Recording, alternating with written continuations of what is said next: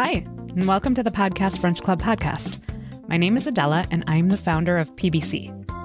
For those of you who are new listeners, PBC is like book club, but for podcasts. Every month, we put out a thematic podcast listening list and then get together, usually in person, but over Zoom these days, all over the world to discuss and swap podcast recs. To learn more or join us, go to podcastbrunchclub.com. This podcast is a side project from the larger community, and in some episodes, we'll discuss the monthly podcast playlist, and in others, we'll invite podcasters that we want to talk to on the show. That is what is happening today. Today, I'm happy to be joined by Chris Gethard, host of Beautiful Stories from Anonymous People, also known as Beautiful Anonymous.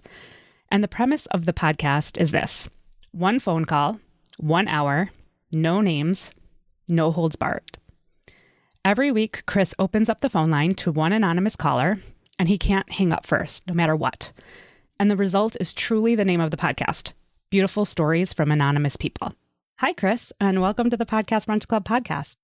Thank you for having me. What a lovely way to spend an afternoon. Yeah, we're so happy to have you. So before we get started and dig in, Beautiful Anonymous is very popular and has a really active community around it. But just for those listeners who are not familiar with it, can you just give us a little bit of an overview? Sure. It's a really simple show. There's not much to wrap your head around. Basically, I put a phone number on the internet that lets people know when we're recording the show, and they call in, and then one of them gets through, and I talk to that person for an hour. And the only two rules are they don't tell me their name, they stay anonymous, and I'm not allowed to hang up first. So that's pretty much it. I take phone calls, and I have to listen. They get to talk. That's it. We found that the anonymity side of it, I had a strong gut instinct when I was coming up with the show that proved correct, which is that people are very willing to spill their guts if they don't have to worry about you knowing who they are. So that's kind of it. That's kind of the show. Phone calls with people, oversharing. That's pretty much it. So one thing about the Podcast Brunch Club community is that, it's a listener community, and I try to weave in the voices of our listeners and the community as much as possible. So I'm just going to, throughout the interview, I'll be weaving in some questions from both the Beautiful Anonymous community and the Podcast Brunch Club community. And this next question comes from Melina in California.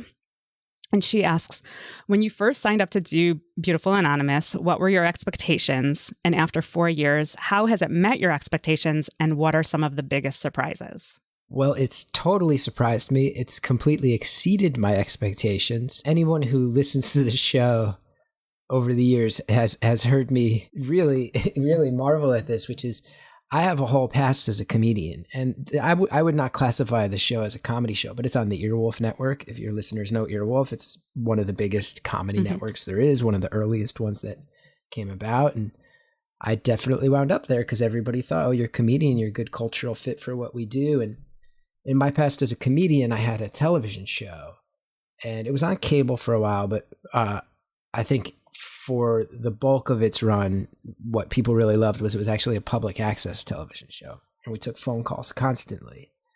So I'd been taking phone calls for years, and the people who would call me, they kind of fit the demographic of who you'd expect to watch a public access comedy show. Those were kind of my people. It was like nerds and punk rockers who liked public access TV. So I figured this would be an extension of that.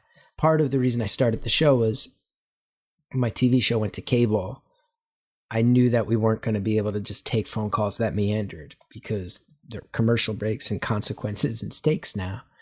So I figured this was just a way to kind of stay connected with those people in that format. And instead, pretty much immediately, it attracted literally hundreds of thousands of non-comedy fans. And one of the things that I think has made Beautiful Anonymous as strong as it is we have very dedicated listenership of women, many of them moms, many of them, above 30, 40, 50 years old, which I don't think anybody who saw my career prior to this show would say, yeah, you're the demographic that's going to flock to you the most is, moms in their 50s. But it really blew my mind. And for about the first year, I would say, I made a lot of jokes about how it made me insecure. And those jokes were true because I'm sitting there going, well, I've built my whole career towards one thing. And now it's just this huge tangent that went a different direction with more listeners more response than I've ever gotten for anything else I've ever done. And I had to kind of take a deep breath at a certain point and remember that the more I learned about doing this show, the more I had to realize it was not about me. It was not about my ego, that people were really, really into the idea that it was a platform for them. So I kind of had to get out of the way, get out of their way, get out of my own way and just say, this is a really beautiful thing I got going and I have to stop being insecure about that side of it. I mean, that's a perfect segue to the next question from somebody. I have an audio question here, so let me play it for you. Hi, this is Abby from Athens, Georgia. I have been a long-time listener of Beautiful Anonymous, and I have always wondered about the name of the podcast. Chris has said multiple times throughout the show that he had expected the calls to come from outrageous characters calling to mess with him and did not expect the level of sincerity the callers have had. Was the name Beautiful Stories from Anonymous People picked ironically with this in mind because you knew the stories would not be so beautiful, or was there always some suspicion the podcast would turn out the way it has? Either way, you really hit the nail on the head. Thank you so much for the show. It's exactly what we need right now. Well, that's really, really kind. And Abby, thank you. And I've always wanted to visit Athens, Georgia, and I haven't had the chance yet. And I keep telling my stand-up agents, get me a gig in Athens, Georgia. It seems like my kind of town, so maybe we'll meet someday. What a good question. I want to be clear. I definitely have talked about, I thought it would just be people pranking me and things like this and that. But I'm always a little too self-deprecating about my own work. I'm often guided a little bit by insecurity and the need to avoid coming off as pretentious in any way. But if you go back and watch my old TV show, there were actually a lot of phone calls that were very emotional and where people wore their hearts on their sleeves. And I think I have always been good at fostering that. You know, I remember a call where someone called into my public access show on a Wednesday night and his wife had told him she wanted a divorce Wednesday morning. Like, he called and talked to us for about 20 minutes of our hour-long show. We had a call from someone who called after his brother's body was discovered. His brother had passed away. A number of calls like that. I remember one of the things that has meant the most to me in my life actually was there's a kid who used to call me. He was 14 when he started calling, and he would just mess with me. And I would really allow it to happen and kind of even set myself up for it as a comedian. And years later, someone asked him on a podcast. It was a fan podcast dedicated to my TV show, and they said, you know, you called for so many years, you were the first caller. It always started with this one kid. If he was on the line, I said, we're starting with him. And they said, how come you kept doing it? And he said, well, you know, he had talked to us on the show. His parents had been divorced and he had no confidence. And he said, you know, I used to call up and prank the show and mess with this guy. And then at a certain point I realized, oh, he's actually the only adult in my life who listens to me. He actually listens for as much as I'm messing with him. So I've always spoken to people who feel like nobody really cares what they have to say and who want to feel empowered and be given a place to say it. My TV show was that for young punk rock kids, and the podcast, it's hitting the same button. I just didn't realize that middle-aged women are kind of in a very punk rock era of history, that they're kind of more punk rock than anybody right now. Cause they're like, nah, we're not going to take misogyny. We're going to call Me Too on people. We're going to make sure people get actually held accountable for all sorts of things. And we are going to rattle the chains. We're going to march by the millions on DC, and we're going to define who becomes president. So Abby, I think the question was, I knew what the show was going to be. I knew the name fit what I did. I just didn't expect the people who wanted to fit into it to come flocking to it. So I hope that makes sense. It's also the most blunt, accurate title of a show maybe ever. You can get stories from people who don't tell me their names. Beautiful Stories, Anonymous People. Let's do it. That was about as hard as I thought about it. And I also have always liked a long name. I enjoy a good long name for a thing. And you've got the little shortcut too. Yeah. So you've got Beautiful Anonymous and the BA. Yeah, you got the long Nice. formal name. You got the cool nickname. I've always been into that. Yeah. Well, I mean, you talked a little bit about giving voice to people who don't typically have a voice. And part of what is really interesting about having you as a guest on Podcast Brunch Club is that there's some similar strands. Like we're not anonymous. You know, our community meets up oftentimes in person, not obviously during the pandemic, but we have chapters in China that are still meeting and are now meeting in person again in some other countries. But one of the beautiful things that I realized about it, and I didn't realize about it until way later and after I launched it, was the idea of talking to strangers and how invigorating and empowering, but also important it is. And I have my own thoughts about why it's important, but I'd love to hear. I mean, this is what you do, like, for you, there's an added level of them being anonymous. So I'd love to hear about your thoughts about that. I think what the show has taught me on that note is we feel very, it's not breaking news to say that we're in polarized times. It's not breaking news to say that social media has a real effect on, we craft these more extreme visions of ourselves very often. We say things that we would never say to someone's face. We live on the extremes more. There's platforms where the anonymity of the internet actually leads to a lot of toxic bile. I think the anonymity on my show is sort of the exact opposite extreme. But I think the real joy in talking to strangers for me, and I've heard a lot of feedback about the show from the listeners who love it, is it's kind of a reminder that someone might walk down your block and they're walking their dog, and you might just wave at them and say hi, and they might wave and say hi back, and then you walk away and you never see that person again. But I think my show has taught me and a lot of other people something I didn't expect, which was that person might have a story. That person might be going through something right now that you would never see. That person might have grown up in a way that you can't imagine, like I had callers who call up to explain what it's like to escape from a religious cult. And I'm sure if you're behind them online at a Starbucks, you would never know that.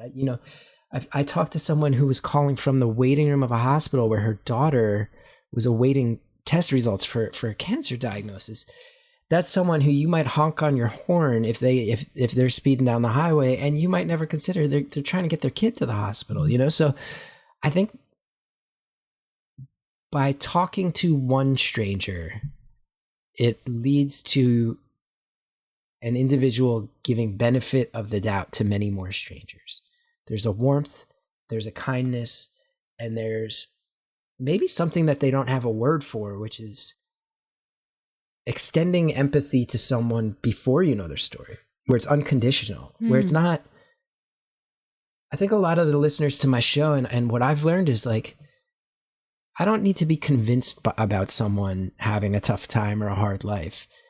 I assume that they have the sides of themselves that struggle.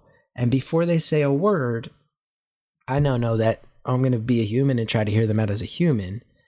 They don't have to go on Facebook and fight about it. They don't have to post links to a think piece. They don't have to, send out a tweet that's full of the anger behind it. I'm just going to be somebody who goes, what's your deal? And even if I don't know your deal, I'm going to assume you have one, and I'm going to assume that you deserve some respect and some dignity. I know that's kind of heavy stuff and very pretentious, but it is, I think, what the show has taught me about strangers is everybody's got something, right? And I think the world would be a kinder place if we just started from that assumption. Yeah. Yeah. I mean, gosh, I feel like we should make up a word for like empathy before you know somebody, because that's such a good point. It's not about, I mean, I literally wrote down empathy as you were talking before you said the word, but I see it from a different perspective now, because what you're saying is you're not forcing anybody to convince you of anything. Like you're talking about like the think piece, like people do that because they feel like they need to convince everybody else that they're struggling, or they have to, there's like a whole I don't know, like influence thing that people feel like they have to, put it out there and convince everybody that they're struggling, or convince everybody that they're right, or convince everybody that they're, successful or whatever. And what you're saying is you're just like, you don't have to do that. I'm just going to come in assuming that that is all true. Yeah. And it's the people who listen to it have taught me, because you would think that for a show that's just one-on-one with an anonymous human being, that's actually an idea that doesn't lend itself towards the idea of community, but the community around is very strong. And I feel lucky because I go on the road and do live shows. Even when I go on the road and do stand-up, the majority of my fans now are beautiful anonymous listeners, many people who would never step foot in a stand-up club otherwise, which is so cool. But I remember I did a tour of the South close to 2 years ago. Tennessee, Alabama, North Carolina, Georgia. And this was around the 2018 midterm elections, when we're just being constantly fed, like I said, links and Facebook posts and all this stuff that's just, America's divided, Americans hate each other, we should just split up the country, civil war is on the way. And this is on my mind, obviously, too, because it's November 2nd, 2020. But I remember so vividly going to these cities and very quickly realizing, and I would say a version of this on stage where I'd go, I'm a New York liberal artist who has talked publicly about how proud I am to be in Alexandria Ocasio-Cortez's district. I was in her district when I've talked publicly about how exciting it is. And I've been bracing myself for you guys to not like me. And before I got here, I bet some of you guys did assume that I'm just like a literal communist. And I'm probably assuming that you guys love guns so much that some of you have them on you at this show. But in reality, here's what happens is you guys are coming out because you want to laugh and a drink, and then you got to get home to let the babysitter off the hook because you really love your kids. And guess what? That's exactly what's happening in New York with every family I know.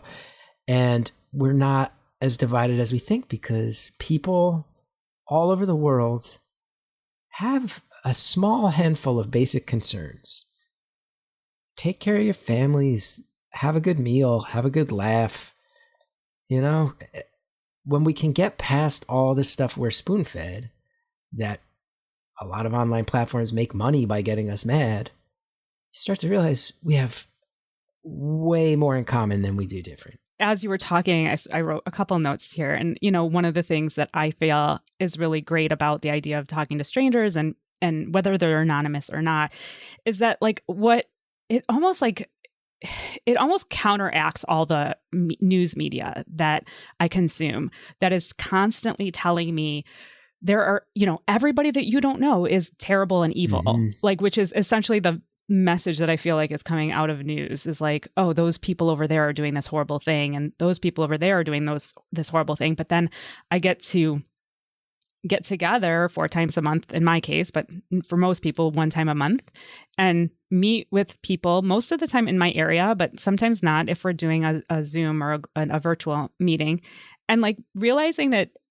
actually, I think 99% of the people in this world are just like really good, decent people. I mean, there might be the contingent that are just like terrible people, like legitimately, terrible. But like the fact of the matter is that like 99%, if not more, are just good people.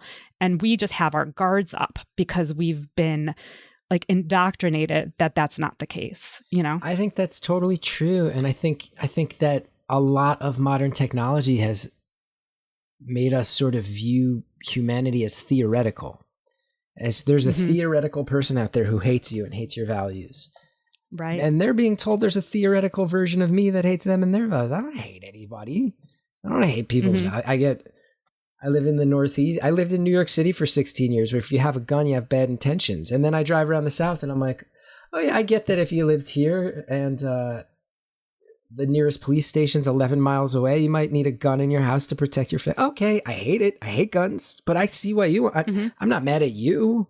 We just think differently. Like I'm not here trying to take your gun and melt it, and you're not trying to show up in my apartment complex. Like these are theoretical humans that don't, like you said, they exist, but they're not having an impact on my daily life. And when I meet real people, they're generally pretty lovely. And I'm pretty thrilled that my job has become this podcast where I just get to talk to them. Connecting with even one person, again, I think can kind of adjust your mentality where you drop the premise that there's all these theoretical people out there scheming nefariously. It's just not the case for most of us. Right. It's not the case for most of us. Agreed. I mean, I think people use the internet and social media to sort of hide behind a screen.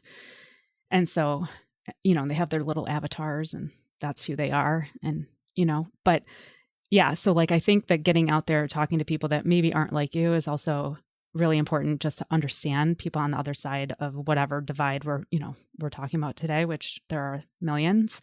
But like, do you have tips or advice for listeners who might want to build that into their lives more, like in a practical way? I mean, I feel like the pandemic has just thrown a wrench into everything, meeting in person, finding true and authentic connection, all of that. But I mean, is it just like talking to the cashier? Is it, The truth of the matter is it's a very hard question for me to answer, because for a guy who has, made his profession going on stage as a comedian, going on TV, and now making a podcast the podcast is now like the foundation of my career. And I talk to other people. I'm actually one of the shyest human beings you will ever meet in real life. And I actually, now that I'm, 40 and I'm a dad, I think I've been able to take a breath and kind of look at who I am and go, oh, well, the reason I've done all those things is I've always felt a pretty profound lack of connection with other people. High school was hard for me. College was brutal with the depression. I think I spent my formative years not trusting people and not letting them in. And I really regret that. And I think I'm trying to kind of make up for it now. And I think I've had to make artistic projects just to have connections with people.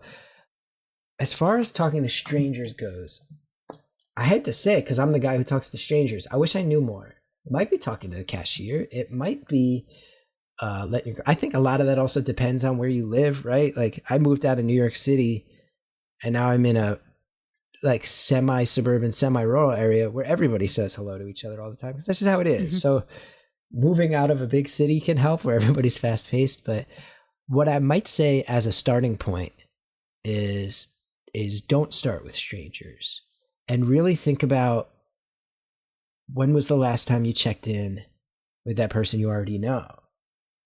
When was the last time you checked in with them and it wasn't via text? When was the last time you picked up the phone? When was the last time you said, hey, even right now, socially distanced, let's actually hang out?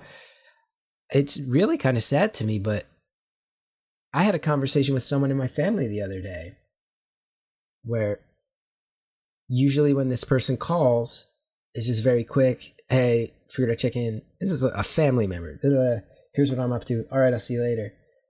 And then this time, the person asked me how I was doing and actually listened. And we were on the phone like 25 more minutes. And I can't tell you how much that meant to me. That somebody actually said, like, so what's up with you? And then just sat back and listened. And I don't know that that needs to start with strangers, because I think a lot of people hearing me right now might nod their heads in agreement of, we actually have let a lot of our friendships become acquaintances, and a lot of our acquaintances become strangers. So it might be as simple as restarting some of the relationships you already have or had, and realizing just because you see somebody's Instagram posts and you know they're doing okay, it doesn't really take the place of actually talking to them. Well, to that end, do you feel like being the host of the podcast has changed the way that you interact with people and your friends and family? Are you finding yourself, I don't know, listening in a different way or interacting in a different way? It's actually really tough at times, because it's like my producer, Jared, who listeners to the show know that, like, he has been like the backbone of the whole thing in many ways. He's the one who allows me to just go, I'll tweet out the phone number now.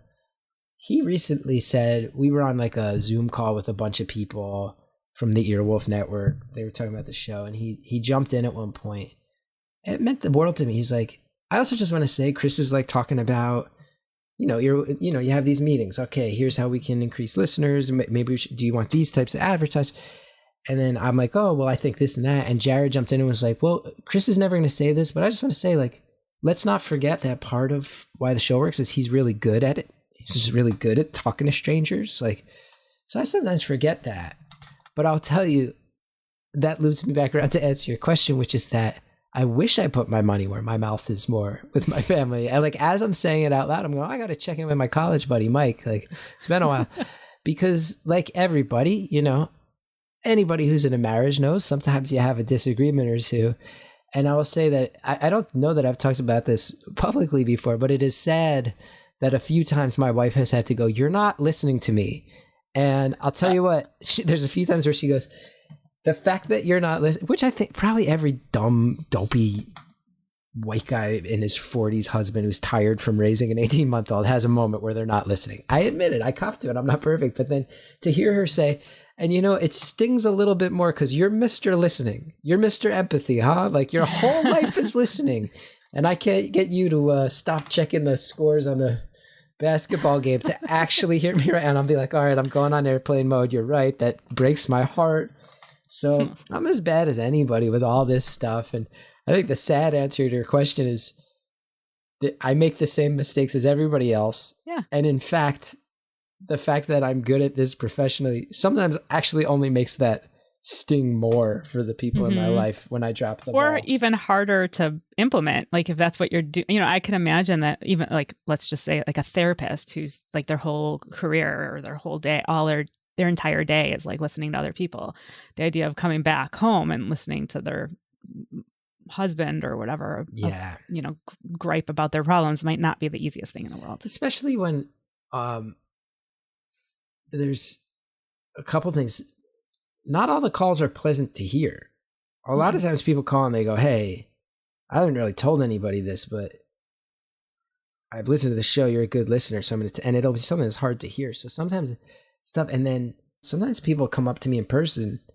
Sometimes it's after a show. Sometimes it'll just be somebody will run into me and be like, oh, wait, you're that guy. You do the podcast, right? And I'll be like, yeah. And then they'll pull me aside and go, so here's the worst thing that ever happened to me, man. And I'll go, I am off the clock right now. And I am so sorry. I'm so sorry to hear that. That sounds awful and brutal, but also I do just kind of want to wait for them to call my order number so I could take my bagel and go home, and I'd say that not to be unkind to people who support me and listen to me. It's extraordinarily flattering. And I would say 90% of the time I'm actually down to stop what I'm doing and have a conversation. But that other 10% of the time I go, I think the tank might be a little overfilled. And then sometimes I do go home and shut down a little bit about it. And then sometimes we'll have really fun ones where I'll be like, oh, we just recorded one. This one's coming out tomorrow, so I don't think it'll spoil it for your listeners. But like last week, I got this guy who just loves Groundhog Day. He's just really into Groundhog Day. Love the day or his the whole movie? Thing. No, the day. He has a website where he tracks all the different animals that predict the weather. Every Groundhog Day, he looks up what each of them have predicted. He chronicles it. He has Groundhog Day T-shirts. He's trying to hope that he can sell enough T-shirts to make it his job. It's not going well. He just loves Groundhog Day, and that's the whole episode. And then we had another one before that was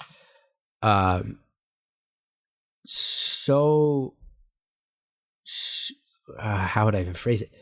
The episode we taped 2 on the same day. The one we had done earlier in the day was so intense that after the call, I actually stayed on the line with the caller for about another 20 to 25 minutes, just making sure they were all right and making sure that they felt okay about it being aired. Those are in the same day.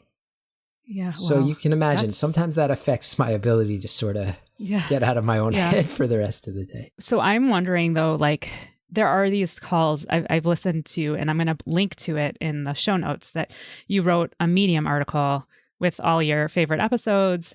And so I'll link to that just so that our listeners can also go back and check it out. But there was one on there that was about Well, my question is like, do you ever get really sad when you have to say goodbye, knowing that you're never going to talk to the person again? And the episode in particular that I'm thinking of is the one called, I think, My Aussie Friend or Aussie Friend. Yeah. Aussie Best Friend, I think it's called. Yeah. It is tough. Like, it's tough because for the sad ones, I'm going to wonder if the people are doing okay. And then for those ones, like that was a live show in Baltimore at this great venue called the Auto Bar. And the live shows are real hit and miss, because there's, you got 200 people in the room watching you take a phone call. And that's it. You don't know. And generally, actually, the crowds are super psyched and very supportive at the vibe. But that one, this guy, we just realized, man, like we both like comic books. We both like the same types of stuff. And I just realized during the call, I was like, man, if we knew each other, we'd be friends. We'd be pals. He's like, I've always thought that listening to the show. I'm like, 100%. I'm feeling it too. And there's just this kind of gushing. And, we do have the beautiful follow-up series. We do that on Stitcher Premium. So I did get to touch base with him again. It's actually the only time we did the that one via Skype, just because I was like, I just want to know what this guy looks like. I want to make eye contact with this dude. And that was fun. He had a really great jacket, very, very great jacket. He looked good in that jacket. But even then, it's like I only get to talk to the people twice. What's really, really cool is sometimes when I go out and do the live shows, or like I said, stand up, someone will come up to me and just whisper like, hey, they'll tell you the person and that's happened probably 20 times. I've probably met like 20 or 30 callers in real life. And oftentimes it's just a secret. They'll just lean over to me and be like, I'm the opera singer. And I'll go, oh, hi, nice to meet you. Or like one of my favorite people in the world is there was a caller named 39-year-old grandma. She had a grandkid when she was 39. Lovely person, just such a joy. And I've now met her after 2 or 3 shows, and we just did a follow-up show where I was able to say, like, you're just so fun, and like your personality on the phone is exactly what it was. Her husband is this like really sweet, good-looking dude. It's like, yeah, like, so I get to meet people in person sometimes, but the large majority, we've done over 250 episodes now, and I would say about 220 of them, I'll never have any idea ever again how they're doing, and I'll wonder forever. But that's hard. That's like, it's the gig, right? I decided what the show was. So yeah. So I want to talk a little bit about the BA community, your Facebook community. Can you tell us a little bit about? I mean, it's huge. How did that start? Was it listener generated, or did you start? Like, how did this whole thing happen? I'm really continuously amazed by it. Again, it's a show where I talk to one person at a time, and you don't even know who they are, and this community has sprung up. It's wild. I think it's above 30,000. It might be coming up on 40,000 people in that Facebook group. And at one point, I was told it's one of the largest Facebook communities surrounding a podcast, which blows my mind. It started because when This American Life featured us, I mean, nobody saw this coming. They reached out of the blue. One of their producers was like, I heard the first ever of your show, man. I like it. Can we re-air it? And I was like, yeah, of course. I'm not dumb. And I mean, it was getting 500,000 downloads an episode in its first handful of weeks. I was like, what is going on? So because of my past as a comedian, especially with my TV show, I've always been good at community building. My instinct has always been, when I'm working on stuff, rally a bunch of other comedians I like. Let's all get together in a room and do it together. With the old TV show, you'd see the people in the studio. They were the same people there every week. Usually the callers would recur. I'd remember who they were. We all felt like we got to know each other. There were times where like, there was a guy named Fred from Honolulu who used to call our show all the time. Then he visited New York and dropped by the studio, and we're all like, Fred, I've always really loved that sense of community. Again, as someone who's always felt a little bit like an outcast growing up, I think it always felt like smart and safe to me to be like, okay, my work is going to get me the other people who are like me. Let's round them up, get them together. So it was really important to me. And what I did, which I in hindsight I think was smart, was rather than just start it, I was getting so much social media feedback. when that show was going that strong, and it does not still have those numbers. But I realized, okay, we got something special here. So what I did was I actually went on Facebook and posted, hey, a lot of beautiful anonymous fans are reaching out to me. If any of you are Facebook savvy and want to help me with something, I'd really appreciate it. And I got dozens and dozens of people saying, yeah, what's this about? And I said, well, I want to start a Facebook group for the show. And then a whole bunch of people went, yeah, that's not really my thing. And then a whole bunch of other people said, yeah, no, I think I'd be down to help out with that. And then what I did was I tried to just say, all right, let me pick. Seems like we got some younger people, some older people. We got some people of this background, some people of that background. Let me just try to make it like a nice broad group of people helping to keep an eye on all this stuff. And over the years, some of those moderators have come and gone.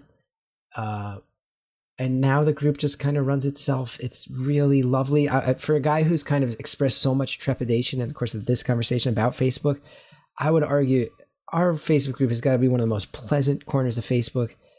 The episodes go up, we discuss them. 9 times out of 10, people list the positive.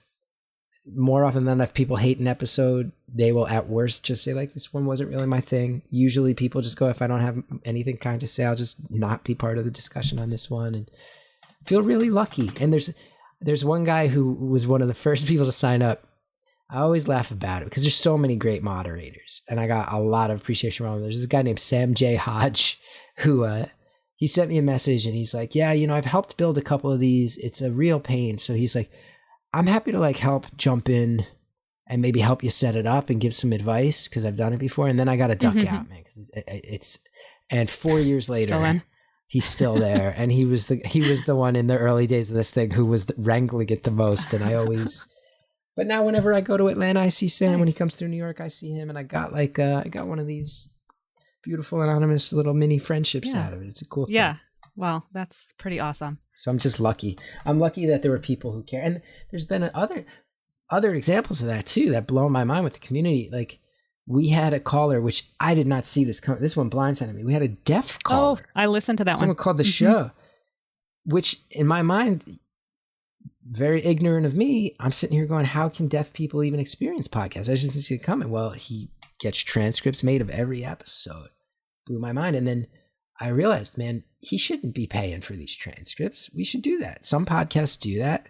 We weren't doing that. And now we use a system where these transcripts automatically generate. We just have to proofread them. But for years, the way we were chipping away at that was volunteers in that Facebook community were going back, listening to episodes, transcribing. And that's not an easy thing for an hour-long conversation. So the community is just really giving, really kind, and really strong.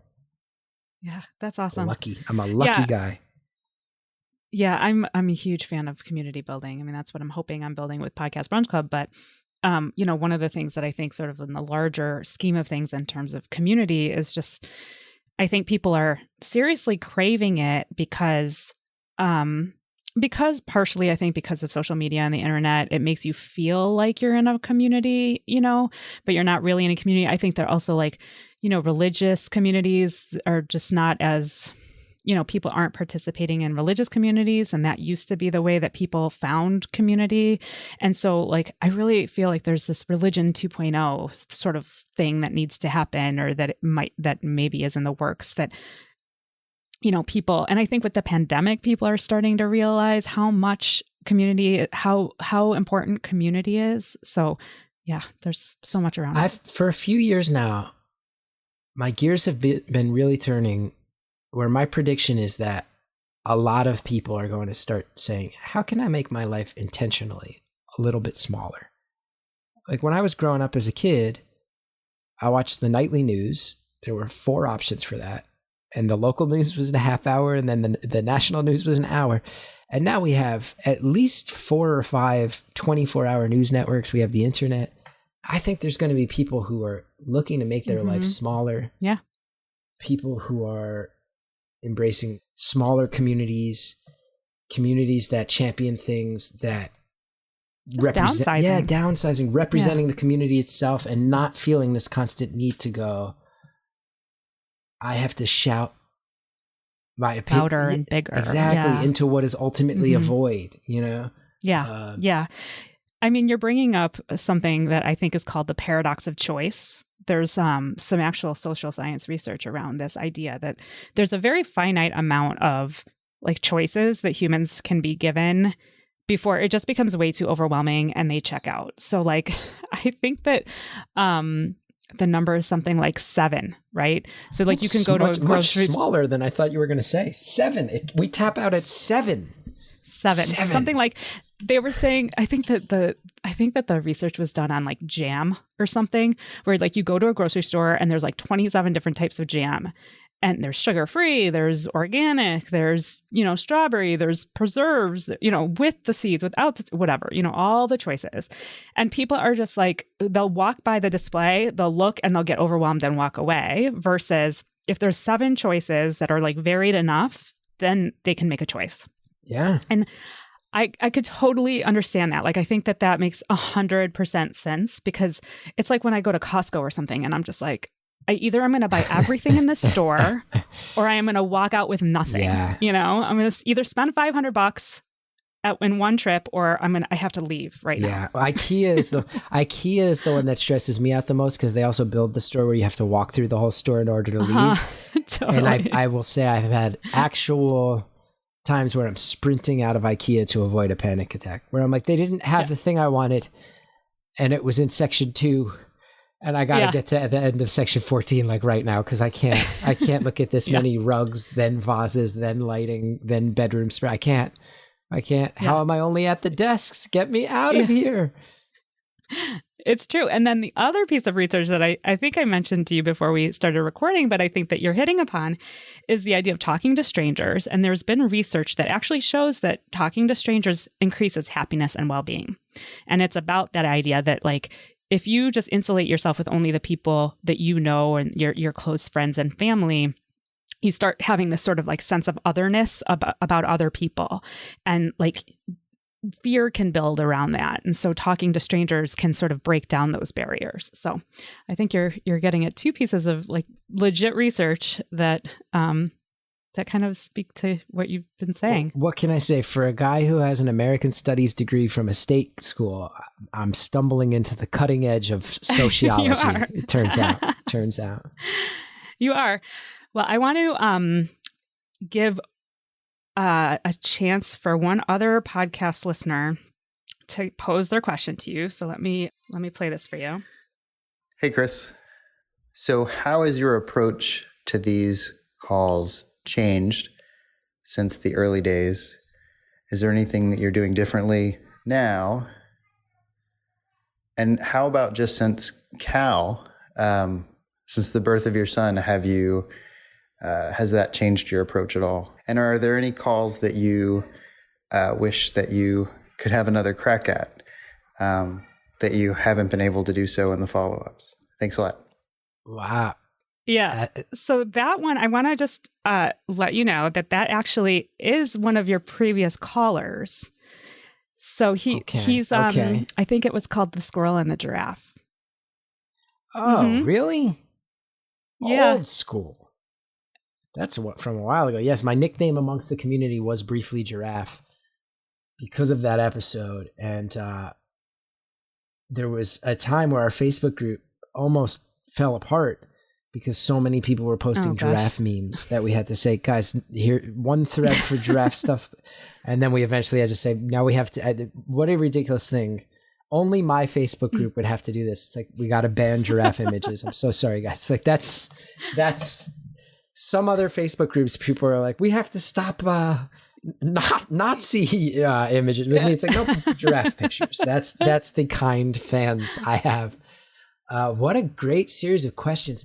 I feel like it was 3 parts, right? How has it changed in general? Then specifically with my son being born, and do I wish I could get a do-over on any of them? I would say in general, there's less jokes. And that's because I think in the beginning, that was my insecurity that I'd been mentioning. I was like, I want to jump in and be the funny one. It's like, no, it's not about me. Get out of the way. It's not about my ego. And they're still there. I still maintain we find at least one laugh an episode, even with the heaviest ones. And it's funny because we have a new producer who started. My friend Harry got a new gig, and my friend Anita is on the show now. And at one point she was like, oh, I think you're, after a taping, she was like, I think you were making too many jokes in that one. And myself and Jared were just kind of smiling. And I was like, well, that caller was like not that comfortable. And I think maybe felt like she'd overshared and needed a minute. And I'm pretty good at sensing that now. So I made a couple jokes just to kind of have her back and buy her some time. So the use of jokes is now more strategic than ego driven. They're there to cut tension. They're there to buy a caller time. They're there to, give a caller who maybe felt like they just shared something really risky, a moment to release that tension or a moment to just take a breath. So the jokes are more strategic. As far as my son being born, in many ways, I feel like in my prior endeavors, my fan base was always a little bit younger than me. They were catching up to me. I realize now I've always been catching up to the Beautiful Anonymous fan base a little bit. I was still, I forget if my wife and I, we were married, but we were like, like Brooklyn artists, still running around, staying out all night, living that life. And now I'm a dad and we moved to the suburbs and all the demographics that have always blown my mind about the show. I'm like, now I am catching up to my audience. And I think the obvious one is people have called over the years and talked about situations with their kids. And I think I've always been able to sympathize, and now I can empathize. And there is a pain when something happens to a kid that I don't think you can really fathom until it's a consideration in your own life. And I'm not trying to be one of these people that's like, if you don't have a kid, you don't get it. But there are certain things that immediately hit home more. So callers who have called and, before I had Cal, I think there's a call called Love is Everywhere. That's the call I mentioned with the woman whose daughter had cancer. Most fans of the show point to that one at this point as their favorite. And I reconsider that one now in a way that I just didn't have the ability to hear then. I've had people who've called up and talked about raising kids with disabilities of different types. And I connect with it a lot more. I realize that it's a thing that I thought I was empathizing with. I was sympathizing. Now I can actually imagine walking in those shoes a lot more. And that's how my son's affected things. Kind of a deeper well of empathy for certain types of calls. And then there's a million ones I wish I could do over. I mean, like, there's a bunch. There's only a handful. I would say there's less than 20 calls that we've ever recorded and not aired. What were the reasons? I can think of two where the people were expressing things concerning enough that we felt like we needed to encourage them to seek help instead, and didn't want to. At the end of the day, we are an entertainment podcast. I love giving people a platform to share stuff, especially if it's hard and they need to get it off their chest, but I'd never want to exploit that. Two that I can think of where people were in situations where I felt like this would not make this situation healthier to have a couple 100,000 people hear this. It's going to make it worse. And do you have to reach out to them to say, hey, listen, we're not. Yeah. One where we reached out and one where I actually stopped the call halfway through and said, I am with you. I have been in similar mindsets in my life. And I am telling you, this is not, as someone who has talked a lot about depression, there are people who from time to time think that Beautiful Anonymous is a replacement for therapy. And it's not. It's a show that can be therapeutic. It's not therapy. I had to stop that one and say, hey, this is, when they told me they were not seeking actual help in that way, I said, you have to start there. This show can't be that. And then a handful where I think the callers would admit that it was a little boring. There was one person who actually reached out to us and said, I'm so thankful that you never aired that because I could feel myself dropping the ball.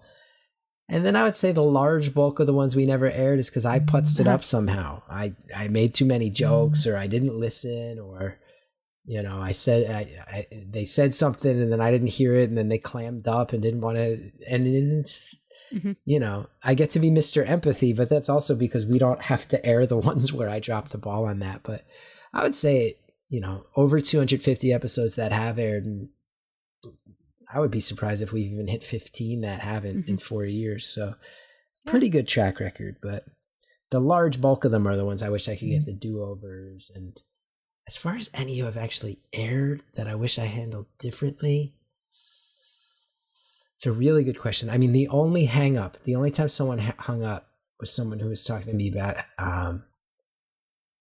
being in recovery from alcoholism, which I am as well. And I was making a bunch of jokes, and they hung up, and I don't know if they hung up. They were calling on their work break, and they said, you know, I don't know if I have a full hour. I don't know if they hung up because they were at work and didn't want to get caught on the phone, or if I was making too many jokes and they said, screw this.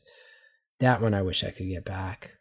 And then, if I'm being honest, I'm pretty proud of all the ones that have aired, because even in the moments when I've been, one of the things I'm actually proud of is that in the moments when I am ignorant, I think I'm pretty good about going, hey, I'm dumb.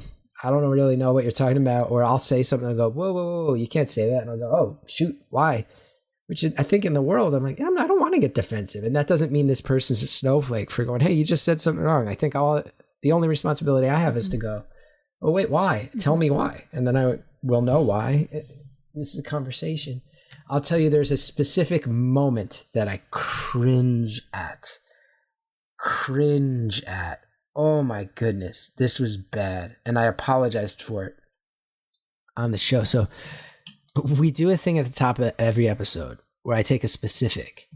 Let's say somebody was talking about, you know, offhandedly mentioned that this is not a real example, but if somebody said, yo, I happened to meet my wife at IHOP at the International House of Pancakes. And I'll go, hello to everybody who found love at love amongst pancakes. It's beautiful. And I intro the show every week with a little detail that's like a little teaser, a little bit of a tangent. And there was one episode, I think it was the guy who started, he was asking me if I felt like he should quit his job to buy a record store that he loved that was closing because the owner passed away. I was like, yeah. And he does. It's Culture Clash Records, Toledo, Ohio. Support them. He's the best. But we talked about, there's a phrase, there's people who are really, really obsessed with collecting vinyl records still, to the point where they get so addicted that their collections overrun their lives. And there's a phrase where they actually call it black crack, because vinyl is black and they're that addicted. It's as addictive as crack cocaine. So they call it black crack. And we were talking about that and joking about it in the episode. And I cannot believe it did not occur to me how this sounded. And to none of the producers, I said, hello to all my black crack addicts. It's Beautiful Anonymous. And then as soon as it aired, people were like, dude, what? And I was like, it's out of context. Wow. We recorded that after we just spent like 20 minutes laughing about how addicted people are and how I knew it was called black crack. And he was like, yeah, no, that's a known thing. We all get addicted. It's like as addictive as crack. And then people were going, did you really just make a joke about African-American crack? And I go, no, please listen. I am dumb. And that oh my gosh. Was the context of that was different. And that being said, no excuses. I need to be smarter than that. Wow. Thank you for calling me out on that. And I apologize the next week on the show. I was like, oh my God. I was in the Facebook group for about the full week just going, you have to believe me. I did not even think of those two words in that way. We had been discussing it in a whole different way. Please forgive me. But yes, that's a moment that I will cringe at forever. Well, do you ever edit like the conversation? Very rarely, and even then very minimally. Obviously, people slip up and say their names sometimes, or their loved ones' names. We'll do that. Outside of that, it doesn't sound like it at all. It's I would say minimal. Well, technical stuff. Some people's phones, sometimes they'll be calling from a coverage area. There'd be a long pause or a lot of static. Jared will go through and do his best to chop that, which is very annoying for him to be like, every time you ask a question, there's a 2-second pause. So for an hour, I need to go through and remove every 2-second pause. So it's really, really rarely edited for content, more for the enjoyment of the listener. Especially now in year 4, that I really think about is I really love how you can go back and listen to episodes from 2016 and people are expressing concerns that they're not today. And it's kind of this, in my mind, one of the things that I'm really hoping is that somebody in the year 2060 might be able to listen to my podcast and find out what people were worried about in 2017. People might, even going back to 2016, I think like one of the big issues that you'll hear people talk about with more, and it's actually coming back now, but gay marriage is a perfect example of like in 4 years, that discussion's really changed. And I'm so excited about the way it's changed, and I'm praying it doesn't change back. But I like knowing that you can hear in 2016, people were worried about this. Anybody who goes back and listens to 2020, it's going to be like, you're going to hear everybody talking about COVID and George Floyd, and in their own words, though, not edited, not produced, not packaged, not boiled down to represent any agenda. Just here's what happened when the world was like that, and here's how people were thinking. I'm really proud of that. Yeah. Well, that's a good segue, because I actually want to ask you for a podcast pick. But before I ask you for a podcast pick, I'm going to actually recommend a podcast for you that's sort of along the same lines, which is StoryCorps. Have you heard? So of course, I have said, I bow down to them. I have said so many times, because I'm on the Earwolf Network, and I love so much of what Earwolf does, but I just went in this totally different direction. I've said, we have these meetings, right, where I go, I want to be in the same conversation as like StoryCorps, as the work of Studs Terkel, I'll cite different things, and StoryCorps is always one of the things I say where I'm like, I really love it. They're actually archiving, I believe, their audio with the Library of Congress. So. I know. I'm jealous. I want to be in the Library of Congress, but I probably curse too much, and they don't want so many ads for Bombas socks. Yeah, Bombas socks, in 2070 probably they're going to be like, what are socks? Like, we don't need socks. We just walk around barefoot or whatever. Yes. Yeah, we don't walk anymore. We float. We just fly with our jetpacks. So we don't. Socks and shoes aren't necessary anymore. But yeah, they're in the Library of Congress. I'm really jealous. I want to be in the library. If anybody has a hookup at the Library of Congress, let me know. Let me know. But okay, so then now I want your podcast pick. Well, I've said this one publicly a number of times, but it still has not changed. I know that true crime kind of took over podcasting in the past 2 years, but one of the early waves in that, I would say even predating that explosion, is a podcast called Criminal. I'm sure many people know it. It's hosted by Phoebe Judge, and it comes out. I don't even know if they have a set schedule. It's I feel like a new episode shows up once every 2 months, and they are just very well researched, well delivered stories of crime. Some of them are grim, some of them are funny, but I think it's just exactly what I want out of true crime. It's not trying to scare you. It's not trying to sensationalize. It's just, here's what happened with this thing. And she's a fantastic host, and I have ranted and raved about it in the past. I was once embarrassed because the AV Club was doing a big feature with a bunch of different podcast hosts, and they told her, and it was like on video, and they show me ranting and raving about it, and then they tell Phoebe Judge that, and she's like, well, that's very kind. And I was like, oh God, I feel like the middle school kid who just got rejected at the dance. Oh God. But that show is brilliant and great, and I listen to every episode. I think it's the only podcast where I generally have listened to every episode twice. Wow. Yeah. You know that she has another podcast called, well, she has a couple of other podcasts, but one of them's called This Is Love. This Is Love. And then Phoebe reads a mystery. Yes. Yeah, I enjoy those, and I think she's great. But Criminal holds my heart. Holds my heart. Yeah. And then I grew up how I did, so I listened to a bunch of pro wrestling podcasts, but those don't. You want to call one out?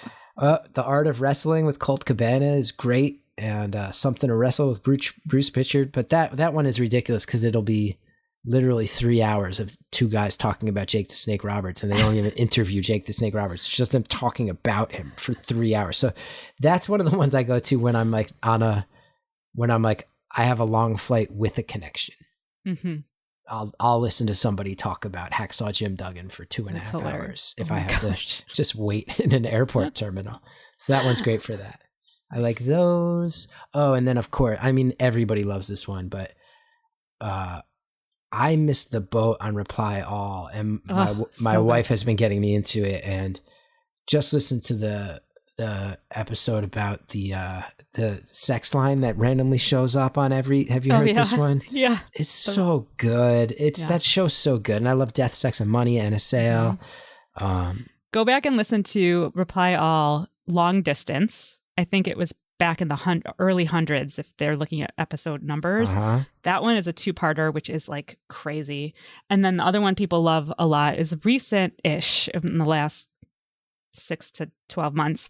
And it's about this guy who has this song stuck in his head, and they recreate, they recreate the song. And they spend the whole episode trying to track it down. It's insane.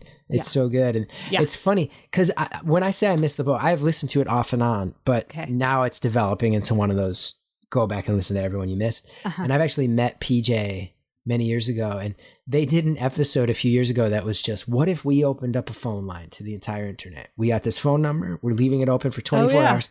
And then I had all these people tweeting, Chris, they stole your idea. Chris, they stole your idea. And I'm like, well, I didn't invent phone calls, first of all. And then I did have some fun. Like, I think I retweeted PJ, and he had put out like, what would happen if we opened up phones to the entire internet? And I just wrote, yes, what if?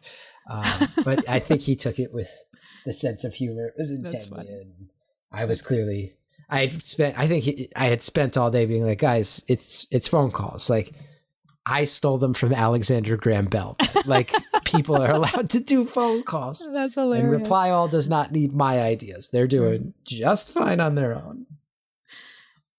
All right. Well, I want to wrap up and thank you so much for your time. But before we do, how can people follow you?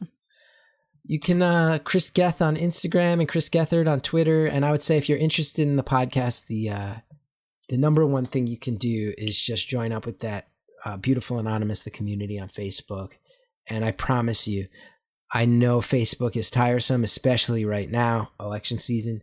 This is like one little hidden corner of it where it kind of is, I think, similar kindred to this. It's kind of like almost like a book club for each episode. People just get in, discuss what they liked, and other tangential stuff, and it's just pleasant. So those are the main ways I'd recommend. Great. Well, thank you so much. It was such a pleasure. Yeah, thank you so much. Those were such thoughtful questions. Thank you for listening and being a part of the Podcast Brunch Club community. Do you have any thoughts on our discussion this month? Send a message or voice memo to podcast@podcastbrunchclub.com. PBC is a passion project, and we rely on support from our global community to continue bringing people together in person and online. So if you feel like PBC has contributed to your life in any way, please consider becoming a patron or making a one-time donation. Go to podcastbrunchclub.com/support for more information. If you're interested in becoming an organizational partner, go to podcastbrunchclub.com/sponsors. A quick thanks to our early partners, Podbean. For one free month of podcast hosting, go to podbean.com/PBC. Podchaser, the IMDb of podcasts. Listen Notes, a podcast search engine. Critical Frequency, the podcast network for everyone else. The Venn Media, a weekly newsletter for curious minds. And Lantigua Williams and Company, podcast network, telling stories in the seams of society. Finally, some credits for this episode. Katie DeFiore is our audio editor. Music is from Chad Crouch and Misael Ghana, downloaded from Free Music Archive. I'm Adela, founder of Podcast Brunch Club, and as always, thanks and happy listening.